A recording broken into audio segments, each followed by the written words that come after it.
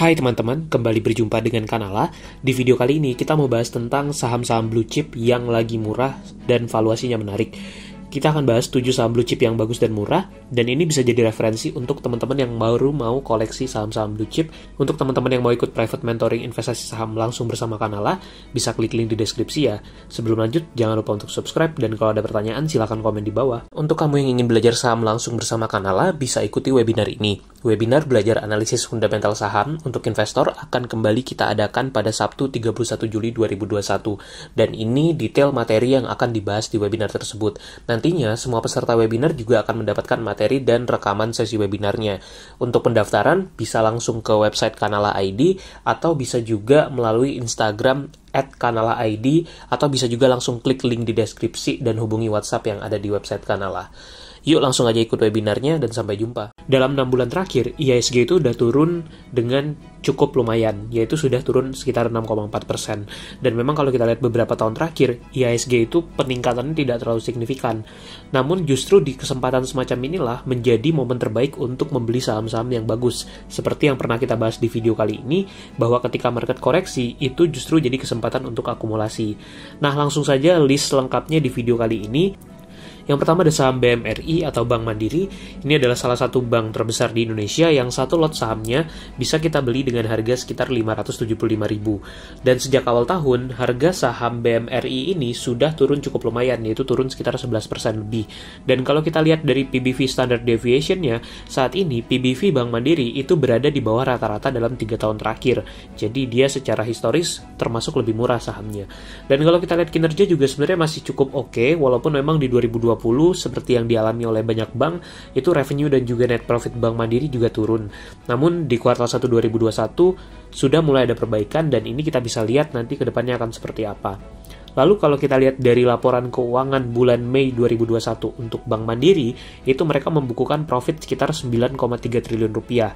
Jadi kita bisa hitung dan perkirakan di tahun ini akan berapa profitnya. Nah, valuasinya ketika video ini dibuat, Bank Mandiri itu dihargai dengan price earning ratio sekitar 11 kali. Cukup terjangkau dan lumayan sebenarnya untuk ukuran bank sebesar Bank Mandiri. Lebih detail tentang analisis Bank Mandiri pernah kita bahas di video kali ini. Linknya ada di deskripsi ya kalau teman-teman mau tonton. Yang kedua ada saham GGRM atau Gudang Garam. Ini salah satu produsen rokok terbesar di Indonesia, dan satu lotnya bisa kita beli dengan harga sekitar 3,7 juta ya. Dan memang dalam beberapa hari ini harga sahamnya turun cukup dalam karena mereka baru saja bagi dividen. Namun kalau kita lihat PBV Standard Deviation-nya itu PBV-nya saat ini hanya sekitar 1,19 kali, jauh di bawah rata-rata mereka dalam 3 tahun terakhir. Dan sampai 2020 ternyata revenue-nya Gudang Garam itu masih naik, walaupun net profit mereka turun. Di situ kita bisa lihat secara tingkat utang juga relatif cukup terjaga, sehingga secara balance sheet-nya Gudang Garam ini termasuk kuat, dan ini menjadi satu kekuatan tentunya bagi sebuah perusahaan. Nah, yang paling menarik tentu saja ada dari sisi valuasi. Price earning ratio Gudang Garam ketika video ini dibuat itu hanya sekitar 10,3 kali.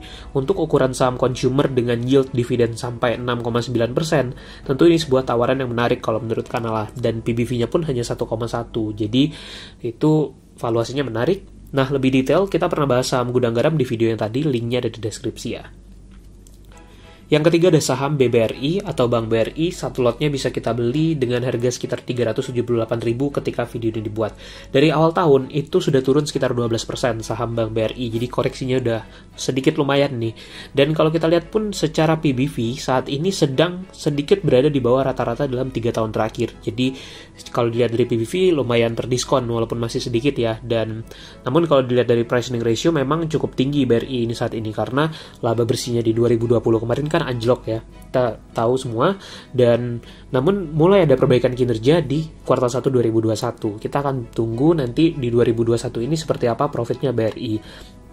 Valuasinya ketika video ini dibuat itu yield dividen BRI kalau pakai data dividen 2020 itu sekitar 2,6%-an di harga hari ini. Tentu kalau misalkan harganya makin turun, yield dividennya akan makin naik, dan ini bisa jadi peluang bagi investor yang memang suka dengan saham BRI. Lebih detail tentang analisis terbaru saham BRI ada di video ini, linknya juga sudah Kanala share di deskripsi ya. Nah, satu lagi bank besar yang juga sedang murah banget itu adalah Bank BNI. Satu lot bisa kita beli dengan harga sekitar 480 ribuan, dan dari awal tahun itu udah turun sekitar 24%-an sampai ketika video ini dibuat. Dan secara PBV saat ini hanya 0,77, jauh di bawah rata-rata PBV dalam 3 tahun terakhir. Biasanya itu PBV-nya bisa sekitar 1,1 untuk BNI ini, tapi sekarang lumayan terdiskon. Walaupun memang kinerjanya juga anjlok di 2020, namun di kuartal 1 2021 terlihat sudah mulai ada perbaikan di earning per share-nya dari Bank BNI ini. Secara nilai aset juga masih terus tumbuh kalau kita lihat data dalam 10 tahun terakhir, dan asetnya pun lumayan besar karena mendekati hampir 900 triliun rupiah untuk bank sebesar BNI ini. Yang menarik, kita bisa beli dengan PBV hanya 0,78, jadi lumayan terdiskon dari harga buku untuk Bank BNI ini. Lebih detail tentang Bank BNI pernah kita bahas di video yang ini, linknya juga ada di deskripsi ya. Yang kelima ada saham HMSP Hanjaya Mandala Sampurna. Ini perusahaan rokok yang besar juga, dan satu lot bisa kita beli dengan harga sekitar 111.000. Yang menarik adalah dalam 5 tahun terakhir, harga saham HMSP itu sudah turun 72% lebih. Jadi untuk yang baru mau masuk, sebenarnya HMSP ini sedang berada dalam valuasi yang sangat murah kalau kita bandingkan dengan historisnya. Kalau kita lihat dari PBV deviation-nya, biasanya secara rata-rata itu PBV-nya sekitar 8 kali dalam 3 tahun terakhir, tapi sekarang bisa dibeli dengan PBV hanya 3,93 kali. Jadi satu tawaran yang sangat menarik sebenarnya untuk saham HMSP. Dan kalau kita lihat dari balance sheet juga utangnya terjaga. Walaupun 2020 mereka mengalami penurunan revenue yang cukup dalam dan net profitnya juga ikut turun. Namun secara kinerja sudah mulai ada perbaikan dari Sampurna ini. Walaupun memang tantangannya untuk saham-saham rokok tentunya adalah cukai yang setiap tahun mungkin akan naik. Jadi itu yang harus dicermati oleh investor ke depannya. Namun secara yield dia sangat menarik karena dividen yieldnya bisa mencapai 6,5%. Dan lebih detail tentang saham MSP pernah kita bahas di video yang ini. Kalau mau tonton, linknya juga ada di deskripsi. Yang keenam ada saham Telkom Indonesia dengan kode saham TLKM. Satu lotnya bisa kita beli dengan harga sekitar 322.000. Dan dari awal tahun itu udah turun sekitar 7,7% untuk saham Telkom ini.